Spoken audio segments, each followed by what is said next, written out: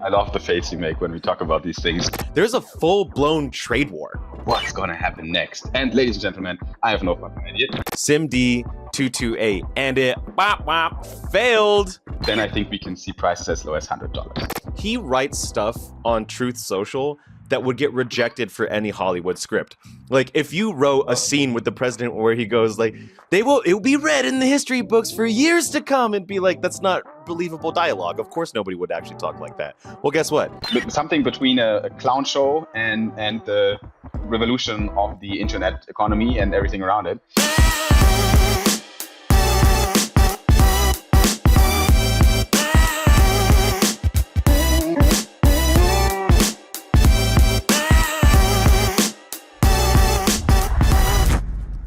Welcome and GM everyone to the Sol Brothers podcast with my dear friend Eno and myself Simon, where it is our job to throw you guys into the Solana rabbit hole and show you around in this exciting ecosystem.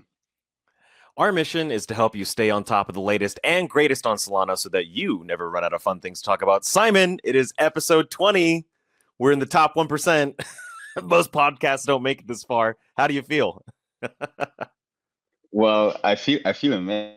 Not only because this is episode 20 of the Sol Brothers pod, but also because yesterday was the 5th birthday of the Solana blockchain. So it has been 5 years now that Solana has been on mainnet, the beta version of Solana. So literally the block 0 was completed yesterday, 5 years ago, at 4:29 p.m. my time zone in Eastern Europe. So there was already something to celebrate. But yeah, now Sol Brothers Pod is also at episode 20. And I think this means that we are here to stay because we recorded already 20 of these EPs and we're having a lot of fun here. And there's so much to cover every single week. It really doesn't get boring. And I think also the two of us make a good team. You know, I think we can really help the people to have some fun and understand what the heck is happening on Solana. What do you think? Well, all I gotta say is number one, stay solid, and number two, yeah, I mean, this has been an absolute pleasure, and you know, I'm actually coming up really near towards my second year anniversary in Solana, and for you, it's been just about a year, so it's like it's just kind of weird how the timing has worked out. It's great. I'm glad to see the chain not only survive but thrive, and quite frankly, even a year ago, 2 years ago, it wasn't clear that was the case, but we're still here and we're still building, and we're here to talk about all the great things that are happening in the ecosystem. I mean, I think by now, if people haven't understood yet that Solana is here to stay, then they're not deep enough into the topic, right? It's like people saying Bitcoin won't survive 5 years ago. They just didn't get it. They didn't look into it deeply. Those people from 5 years ago that said Bitcoin is not working, they're now, you know, saying, yeah, okay, true, it's going to stick around, it's digital gold, you know, I understand the whole concept. Same with Solana. There's 3 blockchains in this world that make sense, essentially. Sorry to everyone else out there, but it's Ethereum, it's Solana, it's Bitcoin. They have a place in the world. They have some sort of chance to survive and actually fulfill something. And having the SEC in the United States, for example, mention Solana in one of their papers, and they talk about how Solana blockchain can be used for government databases, for digital identity. They even mentioned that inside the paper as well. So that just has been tweeted a couple of days ago now. Those kind of news, you know, like we get acknowledgement. That's all we want. We get acknowledgement of the tech. And I think that can bring us further. And yesterday, so that was the 16th of March, everyone celebrated five years anniversary for Solana, and there has been a lot of content on the Twitter timeline of people being grateful and being happy about what we've been accomplishing here together. So yeah, but now I think it's time to look forward and to look into the present, and that's what we're going to do today. You know, right? We have a lot to discuss. Yeah, and actually, I love starting off the pod with I like the way that you put it in Hong Kong. It's the coziest part of the podcast, going into the current state of the markets. Simon, I mean, always look forward to your TA. People are saying that I look bored during your TA analysis. That is categorically untrue. I look forward to it every week. So yeah, I'm super excited. Let's go right into it, brother. Yeah, I definitely love the face you make when we talk about these things. But let's take a look at the Solana chart right now. Let's take a look and see where we are. So just looking at the 4-hour chart right now. Let's even pull up the daily chart here. And I think what's quite obvious, first of all, it didn't change a lot from last week. So no new big updates because we're still hovering around in the sideways range at something that we could call a local bottom. At least we have established the chances that this could be one. We definitely saw that the pullback has found support in the support region around $130 to $120. We actually dropped a bit lower than that to the 110, but that was my last support line of defense. And we were able to hold that as well. There's a few indicators we can look at right now in terms of to get an idea where we go next. First of all, you see the moving average here, the yellow line in the chart. It looks as a good support, but we dropped through it, and now we're in an oversold territory below that line. And historically speaking, when we are below the moving average, it is always a good time to accumulate, but we don't know when we will break out to the upside again. That is the problem with it, but it's always a good indicator for fair prices, undervalued token of Solana, and combining the moving average with the RSI, which is another good indicator for overbought territory. We can also see that we saw the RSI dipping below 30, which is usually definitely a value of the RSI that has been considered oversold. So we only dip into the 30 range. If you go back in the chart, it's been a long time that we've dipped so low. That was the 11th of June 2023, if I see this correctly, that we really dipped into the 2023. That's crazy, into such an oversold territory, and that's where we are right now. And just look around in the world. We have Trump, being a new president in the United States. We have wars going on here and there. There's a lot of uncertainty in the market, but there's also Bitcoin reserves. There's Solana ETFs. There's a lot of countries strategically exploring Bitcoin and other digital assets as part of their agendas. And yet we see Solana, for example, in a territory that's so oversold.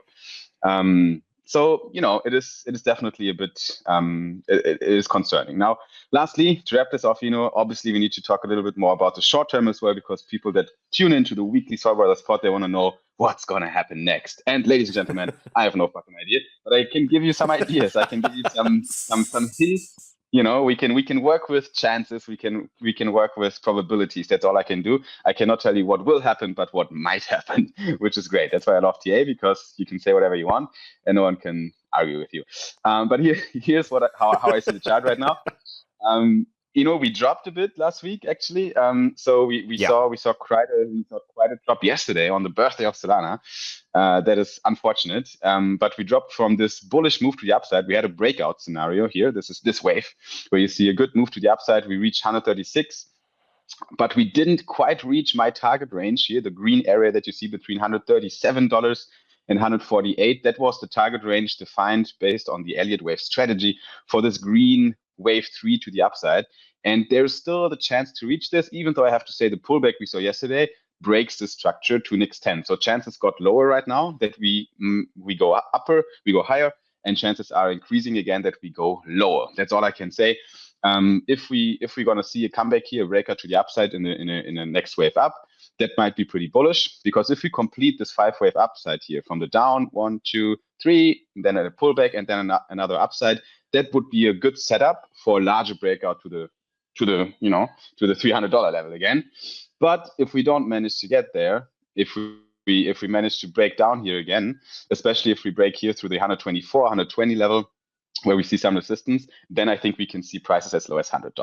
So it's all going to be decided this week. I feel I have it in the, I feel it's going to happen this week. But I just want to highlight, guys, to everyone here again, and I know Eno loves that as well, the long-term view of everything. We're here for the long term. We're not trying only to lose our money in short-term leverage trades. We also want to invest long-term in spot and just hodl. And if you look at the long-term chart, it actually looks quite good. It looks quite bullish what's possible. I'm looking at the logarithmic chart here right now, and my setup here, the wave setup, I'm just going to share the wave setup of my prime scenario. That's it. Then we can move on. It's a one wave to the upside back in January 2023, pullback, then a bullish wave to the upside. That was the third wave. That is usually an impulsive wave. Now the fourth wave is usually sideways, a bit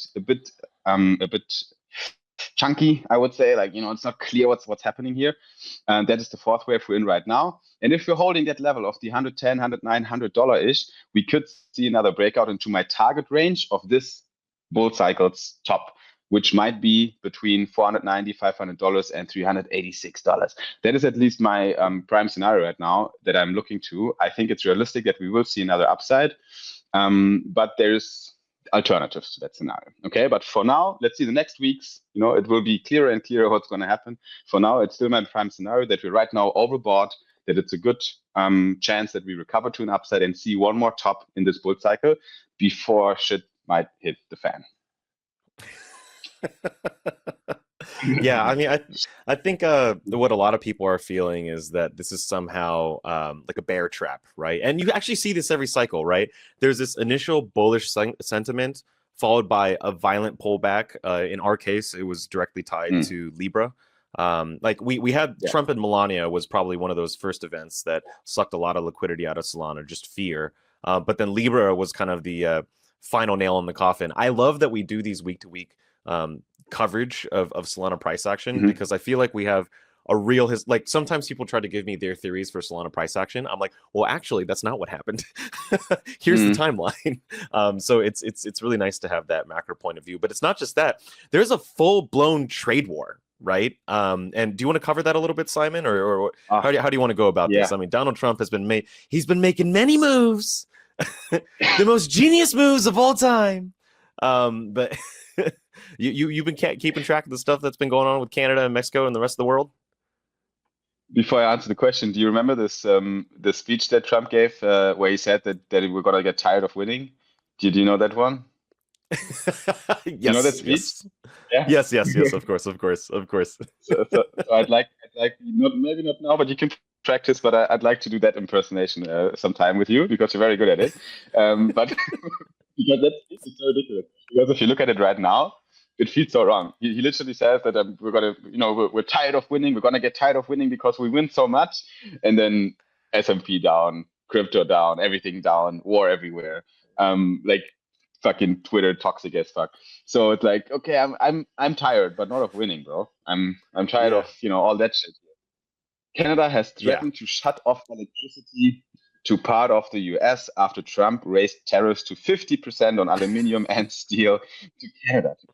In response, Trump says Canada will pay a financial price so big that it will be read about in history books. This man is just the words he's choosing is literally like Hollywood style. It's like he's writing a book or some shit. Financial price that was so big that it will be read about in the history books. He's threatening the nation of Canada, the neighbors that have been pretty neutral or even pretty good with for a long time, and he's threatening them. Not only threatening, he's actually putting tariffs on them that are quite high, and then this whole trade war starts where they threaten to shut off electricity to the US, which is a lose-lose for both parties. And then he says, well, you can just become the 51st state of the United States, and then everything is going to be fine. There's not going to be any tariffs. Just join the United States of America. And he literally proposed that to Canada. So, I don't know if you want to join this macroeconomical political discussion here, but I'm pretty sure you at least have some opinion on it and some thoughts, right? Yeah. No, it's no secret I hate Donald Trump. Like, I really, really hate that guy. And like, the deal that I made with myself is like, okay, like, fuck, he's president now, but at the very least, my bags will do well, So I guess that's the deal I'm making with the devil. And it's like, guys, we got the worst of both worlds. We got a completely mentally unstable president, right? He writes stuff on Truth Social that would get rejected for any Hollywood script. Like, if you wrote a scene with the president where he goes like, it will be read in the history books for years to come, and be like, that's not believable dialogue. Of course, nobody would actually talk like that. Well, guess what? Donald Trump actually talks like that. And he's been picking a lot of fights. That's not the only fight that he picks, Simon. He's picking a fight with the European Union. What's this doozy over here? Oh my goodness. I'm just because now that you said that he's saying things on Truth, I pulled up another post from him on Truth Social that is probably not to joke about, really, because it involves a lot of bad things in this world. Like, there's still a lot of tensions, obviously in Yemen and in Israel and this part of the world. There's war going on, and Trump obviously and the United States of America, they're involving themselves.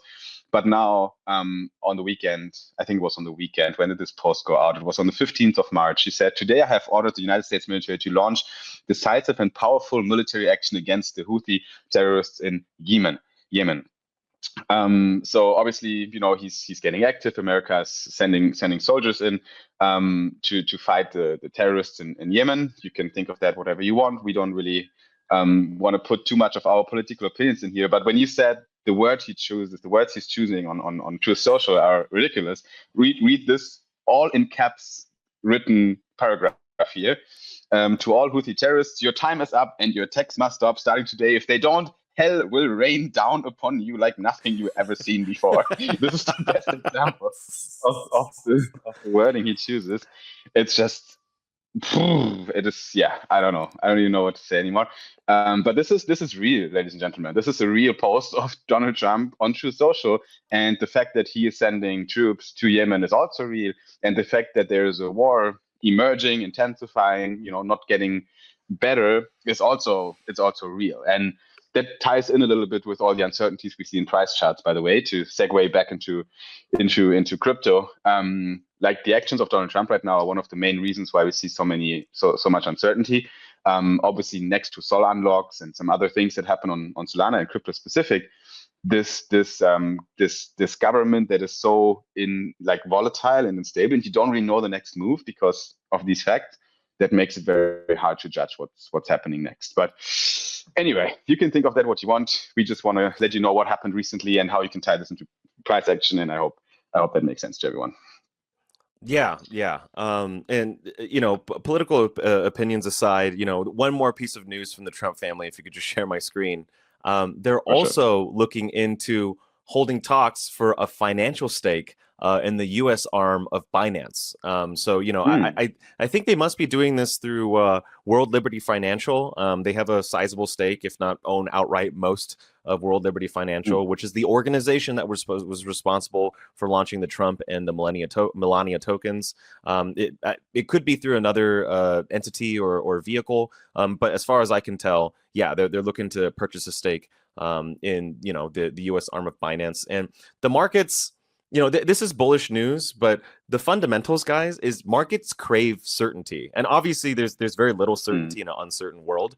But certainly having a president that's not starting multiple trade wars with Europe, like, I don't know, charging like a 200% tariff on like French wines and champagnes, which is just so random. It's like, okay, fine, whatever. But these types of things create uncertainty on the macro level, which trickles down to how we feel in crypto. So even though there's a lot of bullish news, the markets are not reflecting that, right? And the reason why the markets are not reflecting that is because we have the most powerful man. And I'm not saying it's all Donald Trump's fault. Obviously, there's a million reasons why things are priced the way they're priced.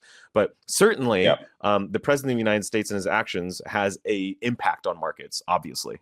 100% on everything right now. On the dollar value, the DXY is suffering.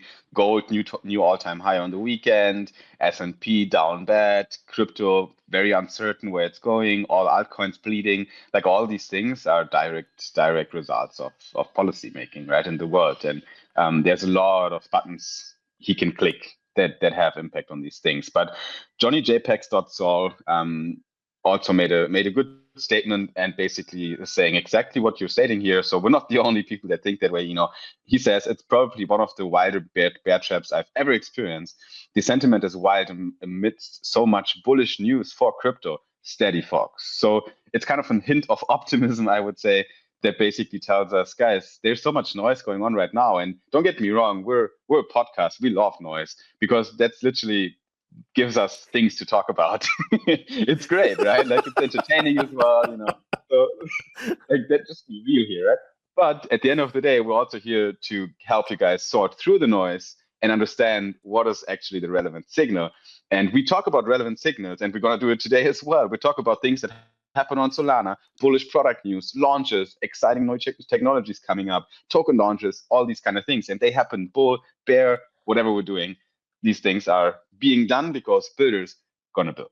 So what shall we talk about, Well, I think the first thing that we should talk about is an update from the Jupiter universe. There's this tweet that was put out by Jupiter Uplink, which is one of the working groups of Jupiter. They call themselves the JupiterExchange Content Mafia, and I can't agree. They are a literal content mafia. But the important piece of news, Simon, this is very bullish. You know, Jupiter just flipped Hyperliquid in 24-hour revenue. You know, 3 million. That's insane, right? And Hyperliquid is making it closer to 2.2 million. But even that, I mean, like, come on, guys, like, how much money were we talking about per year? I mean, this is like literally unicorns in the making. Which, you know, we should just be happy that we have protocols like this that are providing real value to the space and obviously are able to make revenue. And that's bullish sign for the rest of us, right? We have a lot of work to do and we got to catch up. But yeah, no, it's very bullish. And do you know some of the reasons, Simon? I know you know the reasons, but do you know some of the reasons why JupiterExchange actually flipped Hyperliquid in 24-hour revenue? I think the main reason is going to be the little mess up that Hyperliquid had last week. There was a bit of a bearish news going around because they did have a technical failure in their system that resulted in a big loss for Hyperliquid, and that created a lot of uncertainty. So there was millions of dollars that the protocol actually lost because some technical difficulties with the perp trading, and that obviously went around crypto Twitter. People talked about it. It had a big impact on the price on Hype. So actually, if we look at the chart of Hype, we will see there was a big drop last week. So they suffered from that. And I think there was one of the reasons as well that it was a good chance for Jupiter to flip Hype at that moment. Both platforms performing really, really well for perp trading. Definitely targeting a bit of a different audience, I would say. But they both fulfill the same job. Obviously, on Hype, you have to keep in mind Hyperliquid is providing much more trading pairs to trade perps, right? So just to be they're multi-chain basically because they're their own L1. You can trade Solana there, you can trade Bitcoin there in an unwrapped version kind of, but you can also trade lots of other tokens there. And Jupiter Perps right now is providing a pretty select set of perps, I would say, with BTC, ETH, and so just one kind of caveat here. So, yeah. Yeah, and you know, Xiang, who's the technical co-founder of Jupiter, but I mean that's a little disingenuous because Meow is also technical, which blows my mind. I did not know that until recently. But you know, JLP, how it works is it's essentially an index of 4 different tokens, right? So it's BTC, it's ETH, and Solana, as well as USDC, right? So you use the BTC, ETH, and SOL liquidity for long positions, and you use the stablecoins USDC for short positions, whereas Hyperliquid is more of a order book based perps dex. I don't exactly understand. Like I put a lot of like thought into like how GMX style perps work, but I actually don't completely understand how our order book based perps work. But it does give you more trading pairs. It also comes with certain risks as well. There's more studying that I got to do there, but definitely if you're looking for, you know, BTC or Ethereum or Solana, longing or shorting, you know, Jupiter perps is probably one of your best ways to do it with like basically zero slippage. Yeah, it works really well. I can attest to that. Just from personal experience. Another elephant in the room, Simon. I mean, for the last 2 weeks, we have just been hemming and hawing and talking about SIMD228, and it failed. Holy shit! This is not what I thought would happen. Over the last 2 weeks, there has been both discussion and voting on SIMD228, which is a proposal to reduce overall Solana inflation. If you have been paying attention to Toli's tweets, essentially what he's saying is that, look, we're paying about $1 to $2 billion, you know, in fiat value per year in SOL incentives to incentivize validators to, you know, with the emissions, right? And essentially, if we try a new system called dynamic emissions, we'll be able to cut the overall inflation of the entire Solana network by $1 to $2 billion per year. And it's an open secret. Everybody knows this. This proposal was pushed by all the big validators. It was pushed by, I forgot what organization, Max Resnick. Yeah, the Multicoin Cabal. But I mean, I know Max isn't a part of Multicoin, but you're correct. No. The Multicoin Cabal is responsible for this proposal. It's an open secret. I mean, like, you're not supposed to talk about it, but Everyone knows, right? Yeah. I mean, yeah, it is what it is, right?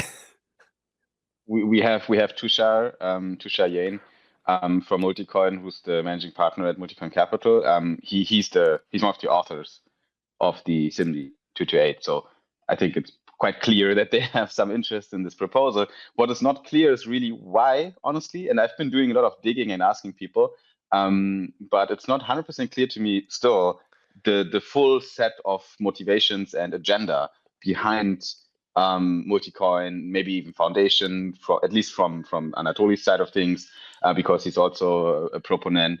And there's like a few, of these Gito as well, like a big proponent of the proposal. So I don't know if you have more insights on this, than I have, but I think right now in my network, no one really were able to tell me the agenda behind these players. Maybe speculations. Well, okay, like look, if you're in the builder network, you hear whispers. So I'll tell you what I've heard so far, and it's nothing nefarious. Like guys, lowering inflation for Solana is a good thing, right? It's just a matter of how much and how are we doing that. So like just to begin with, the premise of SIMD228, which was to reduce overall Solana inflation, I think is a good thing. Quite truly. I think where a lot of smaller validators took issue was that the target inflation rate that was mentioned in the proposal felt very arbitrary, right? As to the reason why, I really don't know if I should say, and again, it's not nefarious, but you know what? Fuck it. The reason that I've heard is because we want to get a Solana ETF approved, right? And for institutions, you tell them that the overall value of the network, you're paying out $1 to $2 billion worth of incentives to help secure the network. That's very unattractive. And so if you can get that inflation under control and still maintain, actually, quite frankly, I think these institutions do not give a shit if Solana is centralized or not, right? And by the way, I don't think that's a motivation for every large validator. So for example, Helios, I think that they vote for that for very different reasons. I think Toli also has very different reasons. But if you're looking at the original people who are proposing it, the multi-coin cabal, it's so that they can pull strings to get a Solana ETF approved, and it's attractive to institutional investors to have less inflation of the network. Now, I don't know if I'm going to get murdered for saying that publicly, but that is what I've heard. And again, I don't think that everyone thinks under that logic, but I think that there are some validators who are very well-meaning. But yeah, that's pretty much what I've heard. And we might be wrong with this, right? So I think that's something we need to keep in mind. We're just speculating on things, but what we're not speculating on is what happened around SIMD228. First of all, it did not pass because it didn't reach the majority, the super majority for yes. You have to have, as we see on the shared screen, if you watch this on YouTube or on the live stream, you have to hit the threshold of 66.67%, which is 2/3 of the vote for or against it to kind of find a definite result. And the yes quote or the yes rate was only 61%. So it did not pass. SIMD failed, and we saw a lot of people reacting to it and giving their conclusions. Toli was pretty neutral on it. I don't think it was not a big defeat for him or something. Actually, a lot of people like Toli or Lily from Foundation, they were pretty bullish, not on the result of the proposal, but on two things. One thing is the participation of votes. So we actually saw a staggering 74% of vote participation from staked Sol. So basically, like almost the whole network, like the majority of the network actually voted on that proposal, which is a better voter turnout of every US presidential election in the last 100 years. Little fun fact. So actually, the system is working to an extent. And the second positive thing about all this is that we saw a lot of discussions and a lot of heated discussions, a lot of good arguments for both sides on Discord, on Twitter, in the forums, like on the GitHub repo where the proposal was living. Like it got a little bit spicy here and there, but not to an extent where I thought it's problematic, because the amount of actual facts and precise arguments from people was definitely higher than the amount of people shitting on each other. So I think the whole process was quite successful, I would say. Now with this proposal not passing, it doesn't mean that we won't lower inflation for Solana. It just means that we will have new ideas to talk about. Yeah, and one thing that I think is not talked about at all, but I actually thought was super beautiful, is we saw a real example of decentralization within Solana, the organization itself. And what I mean Mm, about that specifically is that Tolly has been shilling SIMD228 for weeks now, right? And Lily, who's the president of Solana Foundation, not Solana Labs, um, came out publicly and said basically like, no, we should not vote yes on SIMD228. Like, you should vote mm, no. And like literally in any other organization, like that would just not be possible, where the labs and the foundation, but the heads of those, like literally the founder of Solana plus the president of Solana Foundation do not agree on how people should vote. So like, but also there's no lost love between them. Like, they still respect each other, and the points that they brought up respectively made sense in their own right. So I just thought it was kind of beautiful to see that the organization itself was allowing and tolerated different opinions, which mhm. is beautiful. So that's a Agree. very, very bullish sign.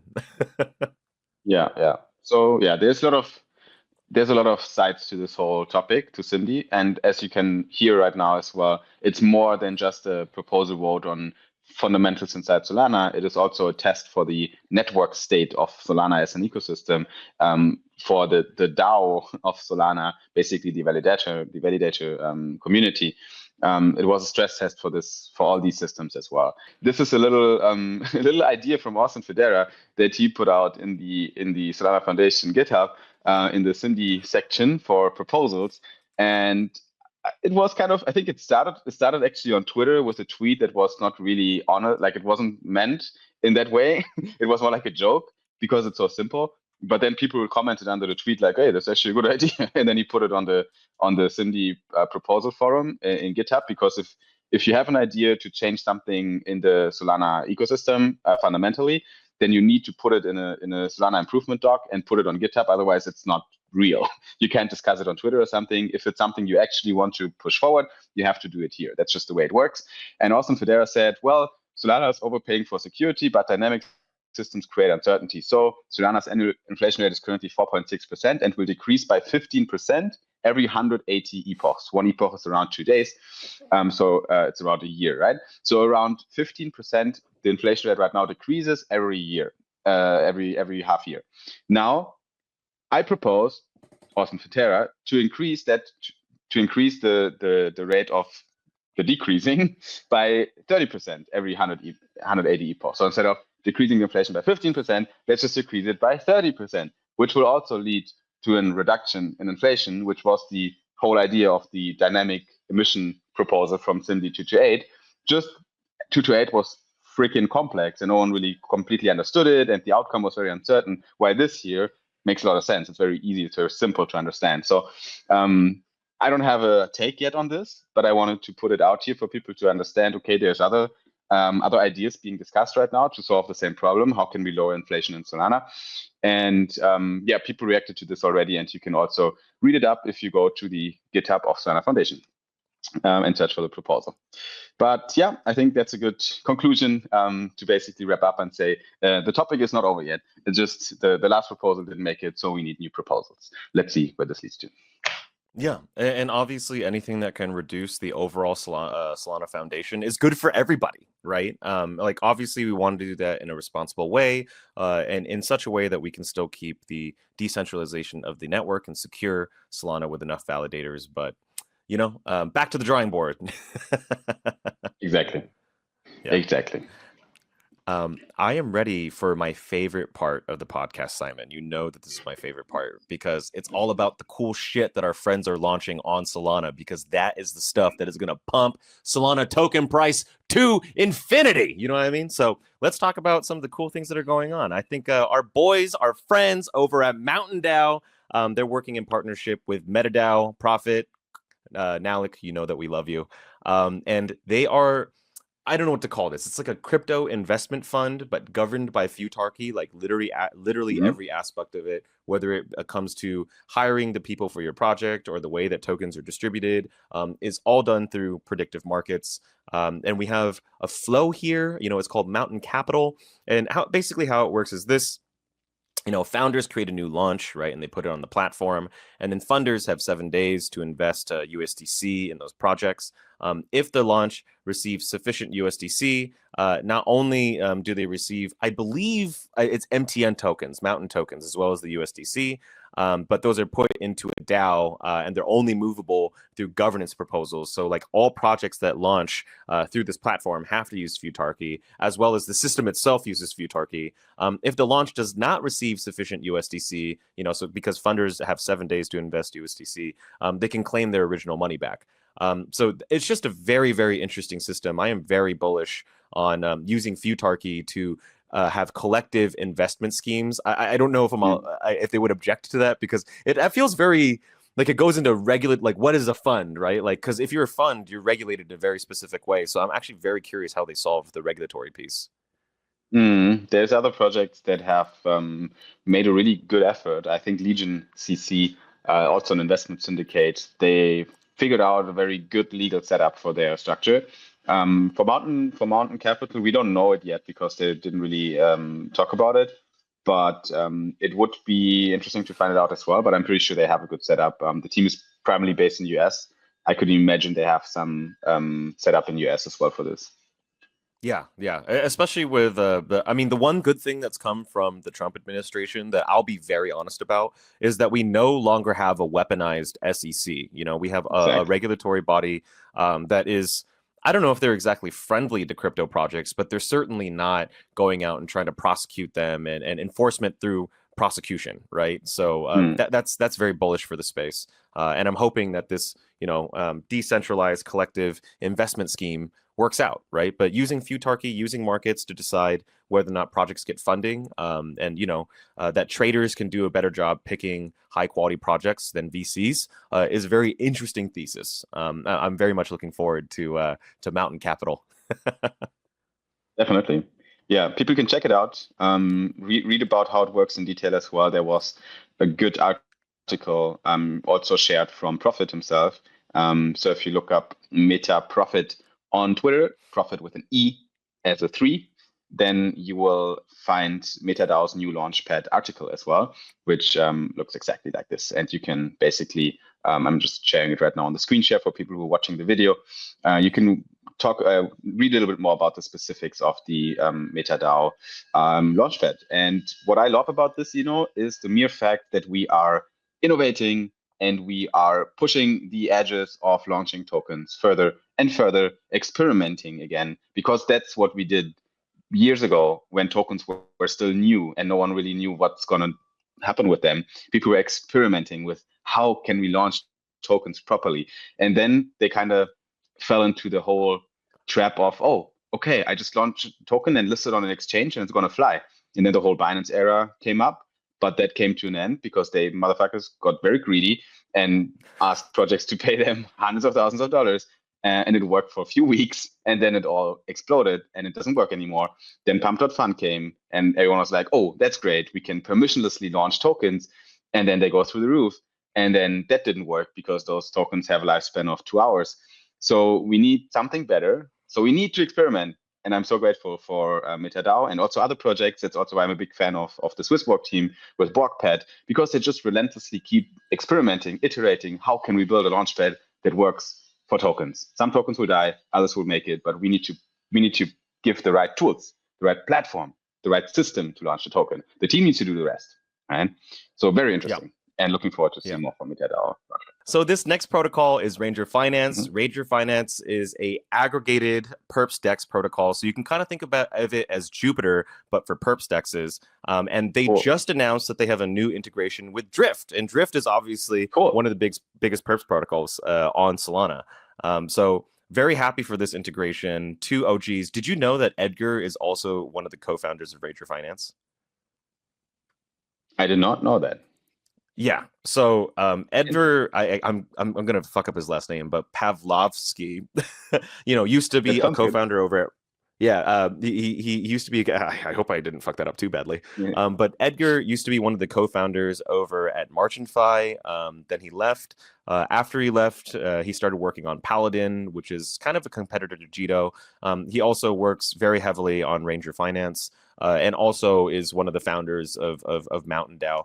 So it's kind of crazy. I can't believe that Edgar has time to do all this shit. But yeah, in addition to organizing a new token launchpad over at Ranger Finance in partnership with Fatu and Barrett and a bunch of other strong arm chads, they've integrated DriftProtocol into Ranger Finance. So you can basically just go to Ranger for all of your perps DEX data as well as trading needs. Really cool. And the good thing about Ranger Finance, about the product itself, is that the user experience is really neat. It's really easy to use that protocol honestly. Like, you just play around with Ranger, how easy it is to open longs and shorts on tokens here. Obviously, be careful doing that. And you will always get the best price, because that's what an aggregator does. Like, you will always get the best executing price on your perp that you can get on Solana. And the more protocols they integrate, the more chances you have to catch better prices on fees. So that's why the Drift integration is very bullish, because now they compare prices from Flash Trade, from Drift, from Jupiter Perps, and all these successful protocols. There's going to be Adrena. Adrena protocol is following next. So there's going to be next integration probably very soon. I already have that alpha. The Adrena team confirmed that. So Ranger Finance expanding its integrations. Good stuff. Yes. And guys, they're also pre-TGE, so do with that information what you will. Not financial advice, but yeah, Ranger is pre-TGE. If you're looking to do some perps trading, not a bad platform to explore. Next up, we have our very good friends over at Kaizen. Kaizen is an NFT education platform, and you might be like, NFTs are dead. Why the fuck are you talking about this? Well, they're actually transitioning, right? So their new mission now is to not just provide all the greatest information about NFTs and user education around it, but they're actually moving more towards how do we, educate the masses about blockchain. And what are we talking about exactly? We're talking about PayFi, DeFi, meme coins, NFTs, GameFi, DePIN, domains, DAOs, et cetera, et cetera. There's so much user education that has to be done when a person first comes into Solana. I'm hoping that on this podcast that we have plenty of people who are just starting their DeFi journeys or trying to explore what's available in the Solana ecosystem. And Kaizen is, I think, going to be one of the bigger education platforms for Solana. So I'm really, really wishing them the best of luck. Omi is an OG monkey. He's been building in the space for years. And I'm so glad to see him making this transition from NFTs to kind of more just broader Solana education. I almost feel like there's some stuff that we want to do with him, Simon. We're on the same mission. We're in the same mission here. So definitely worth talking. Yeah. It'd also be sick to get solid Solid. get you guys as well. Yeah. get Solana ID as well as Sanctum on there as well. I will definitely be having a conversation with them later about that. Yeah, for sure. But that's great. That's great. There's one more update. I'm reading one more big product update, protocol launch kind of thing in the Solana ecosystem that we want to cover. What are you looking at?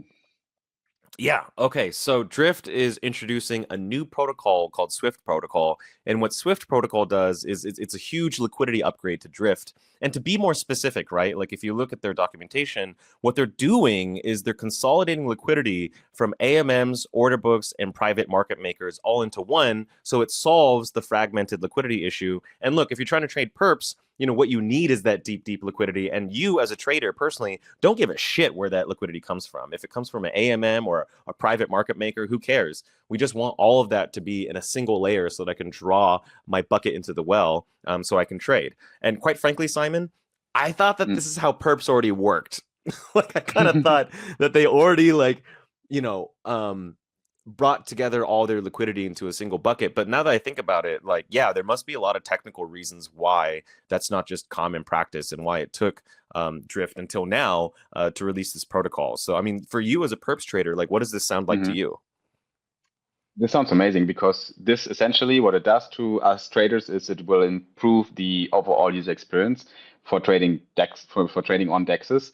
And this, in turn, will move more capital on chain, which is amazing, because that's what we all want. We want that decentralized systems are being widely used. And so far, the main limiting factor for DApps to not find mass adoption is that they are not superior. They're actually inferior in terms of the user experience to a lot of centralized systems we have.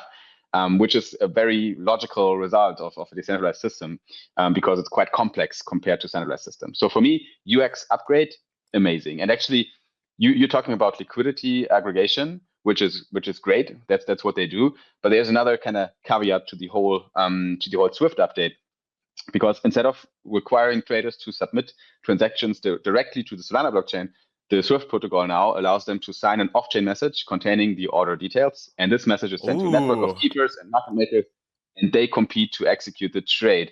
So this whole kind of system is now helping, for example, market makers to respond in milliseconds, ensuring that there's a rapid execution to minimize delays. And rapid execution and minimizing delays is, again, one of the major things you need to do to have a great UX on a perp dex. Because if you're a day trader, it really sucks to not have rapid execution. Click a button and it takes 5 seconds. It doesn't work, right? It needs to be very precise systems, and that's why most liquidity is still on sexes, because they're fast as fuck, and they work very well. And on dexes, it's always a bit clunky still, but I think this is a step in the right direction. So shout out to Swift. Yeah, just. And like, just to double click on some of the key benefits of having deeper liquidity. I mean, exactly as Simon said, you have instant order execution. You have gasless trading because the trading fees are handled more through the market makers themselves. You have better prices. And also, this is super key, seamless market maker integration. And the reason why that's so important is that if you can provide infrastructure that makes it easy for any market maker to onboard onto your platform, what that means is just more liquidity, right? Like, this is how Stripe beat PayPal, right? PayPal was a giant payments giant in the web. Wow, that's redundant. But yeah, PayPal was huge. And then Stripe comes along, and what is Stripe's competitive advantage to, a $1 billion unicorn, right? Well, the competitive advantage is just a better development experience, DevX, right? So that's the same thing that they're providing here. It's not so much DevX, but like a better liquidity provision experience for market makers. So very, very bullish on Swift protocol. I think it's going to do great things for Drift and offer great trading experiences for all of our perp traders out there. We love you. Just don't lose all your money on leverage. Listen to Eno. Okay, I think we can slowly move into the last chapter of Sol Brothers EP 20, which is the culture and FUD section, where we talk a little bit about the drama going on the Twitter timeline. Do you have any drama you can share with me? Because I love the drama.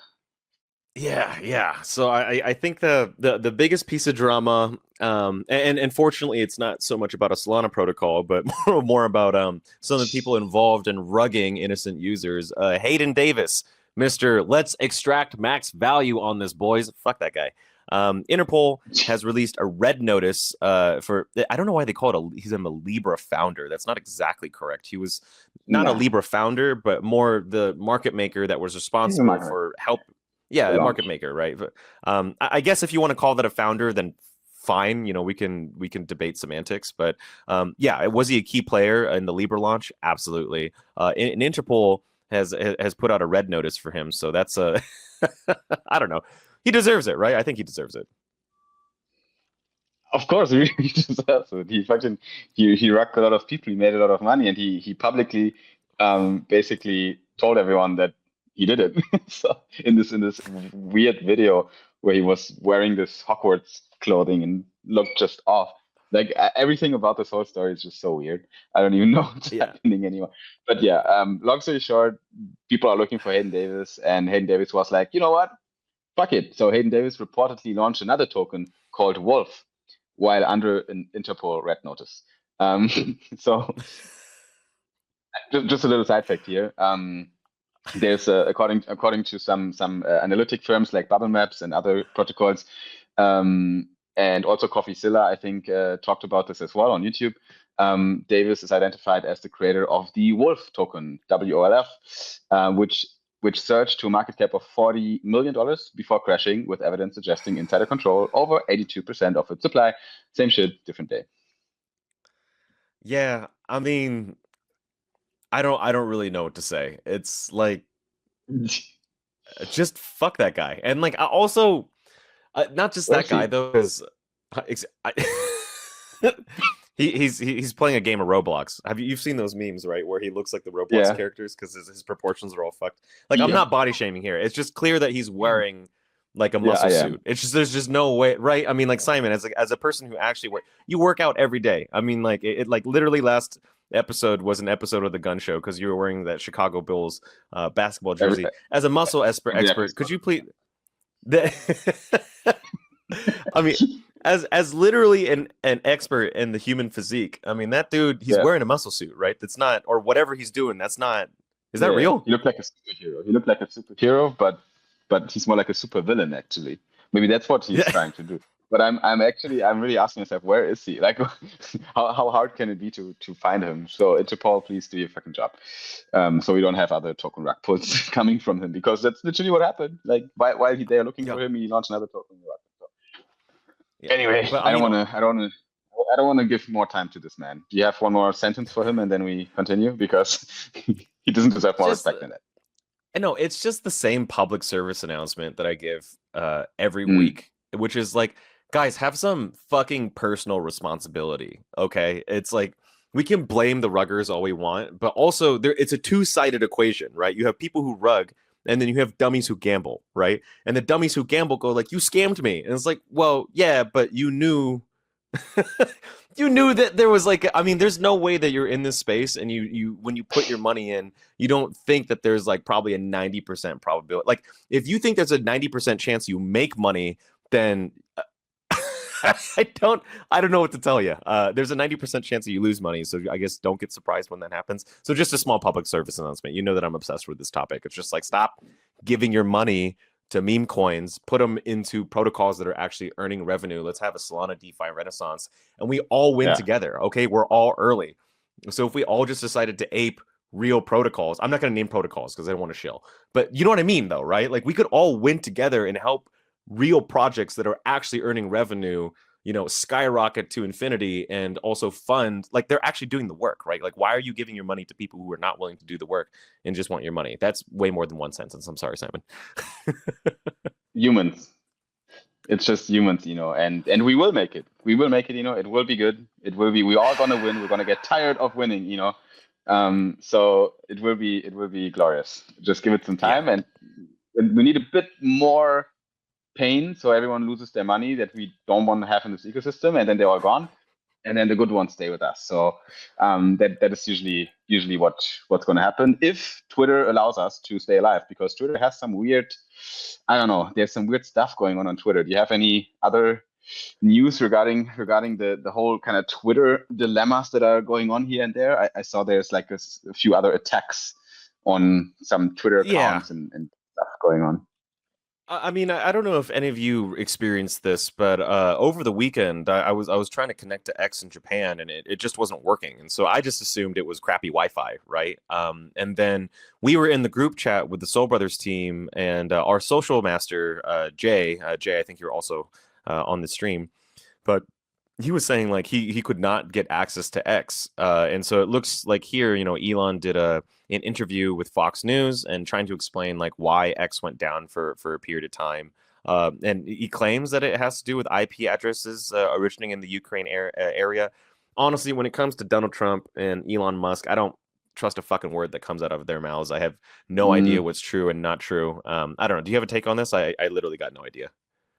This is exactly my take at this moment as well, because the problem with Elon now is that he's way too politically engaged and motivated, because I used to believe the things he said because I knew exactly how his mind works, which is, I want to go to Mars. I want to build electric cars that are better than everyone else.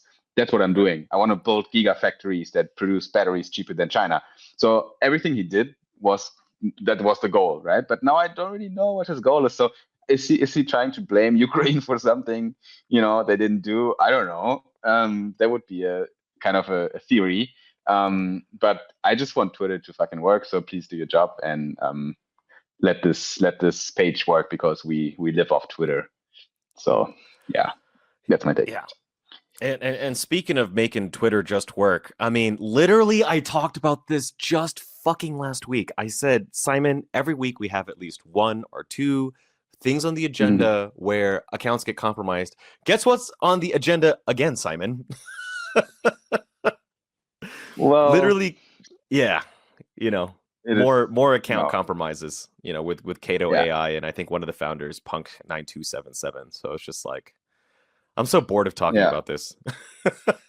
Well, but just stay safe, guys, because it happens. And yeah, as soon as you read one of these official statements, then just be careful to interact with anything that comes from these accounts. Kaito has they kind of started to announce some suspicious behavior on some of their wallets. Actually, that was the first thing I read. So they they saw some suspicious behavior happening on some of the wallets Kaito owns, and they said they're going to look into it.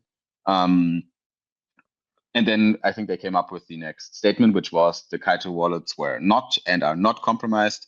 And yeah, they basically just had an how do you say, an a Twitter hack. break? Yeah, Twitter hack. Twitter hack. The account of the founder got hacked. So yeah, that's what it is. Yeah. Yeah, but it's just, again, Simon, it's just boring. It's like every single fucking week. It's just like, oh my God, so I got hacked again. It's like, yeah, I know, bro. It just happens every week. Is that really all that surprising? It is. And But, people are still giving their money. So, whatever, I guess. Well, there's always going to be some people that forfeit, but at least we're doing our job, educating people to not fall for any scams, don't fall for any hacked X accounts, and I think we're going to learn from it. We're going to get better, and then this is going to stop at some point as well.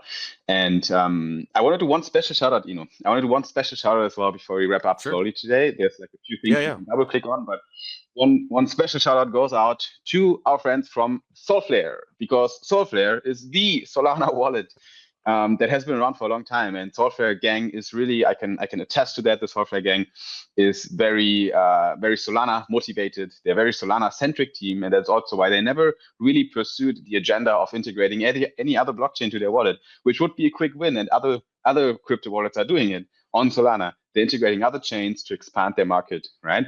But Solflare is, no, we are the Solana wallet. That's why it's literally written in their company name. But they have something cooking. Something is happening with Solflare, and it's happening this week. Right now, it's Monday. It's the 17th of March. And I think we will see around the time of the publication of this podcast, I think we might see some more news, because we've seen some teasers. And on Twitter, the whole timeline was full of hold strong. There's a new slogan that Solflare came up, and it's the whole hold strong theme. And I think it's a campaign they're running. It's a marketing campaign they're running leading up to some larger announcement that we might see this week. And one teaser we can already see as part of this announcement is an NFT collection. An NFT collection from Solflare, which is very interesting. So far, we only know something similar in the backpack universe, which is Mad Lads and Backpack, right? They have some sort of, obviously, affiliation. But now Solflare just launched this yesterday on Sunday. They said, click on the banner in your Solflare wallet to mint a free NFT, to get access to a free NFT. And with that NFT, you will basically join a giveaway of 70,000 USDC. And it will be, the NFT you're getting in your wallet right now will be revealed very soon. So when you listen to that podcast, the campaign might be over. If you listen on time to this, just get your NFT in the Solflare wallet. It's literally for free. You can just mint it inside of your Solflare wallet. One NFT per account. I think it's Sol bound. You can transfer it. It is part of your personality, part of your identity account in Solflare. And it will be hidden yet. So it won't be visible what NFT it is, but it will be revealed sometime soon. So Solflare got something cooking, and I think we should pay attention, because Solflare is quite a big player on Solana and a very genuine Solana building team that it's worth following and participating in their campaigns. Yeah, Solflare was actually my first Solana wallet, and I use a variety of wallets, and Solflare is usually Jupiter Mobile is my main. But I'm not gonna lie and say I don't use Solflare. Like, Solflare is definitely, hey, Jupiter Mobile team, I need you guys to include a integration into dApps. All right, like, I know you guys are working on this, but like, one of the main reasons why I'm not using Jupiter Mobile as my main is that you don't have like the browser extension that I can use for dApps. It's not heavily integrated into the ecosystem, and so like, yeah, I use I use Solflare a lot, actually. So kudos to the Solflare team. They've always been very generous with the ecosystem too. I think that's another nice little, I think, kind of tidbit about Solflare that most people might not know is that and look, I'm not saying if you need money, like go beg Solflare. That's not my point. I'm saying that for worthy teams, like they have a little bit of cash to spare, and they do try to support, you know, whether it be you know, different events around the world, or whether it be teams that are building.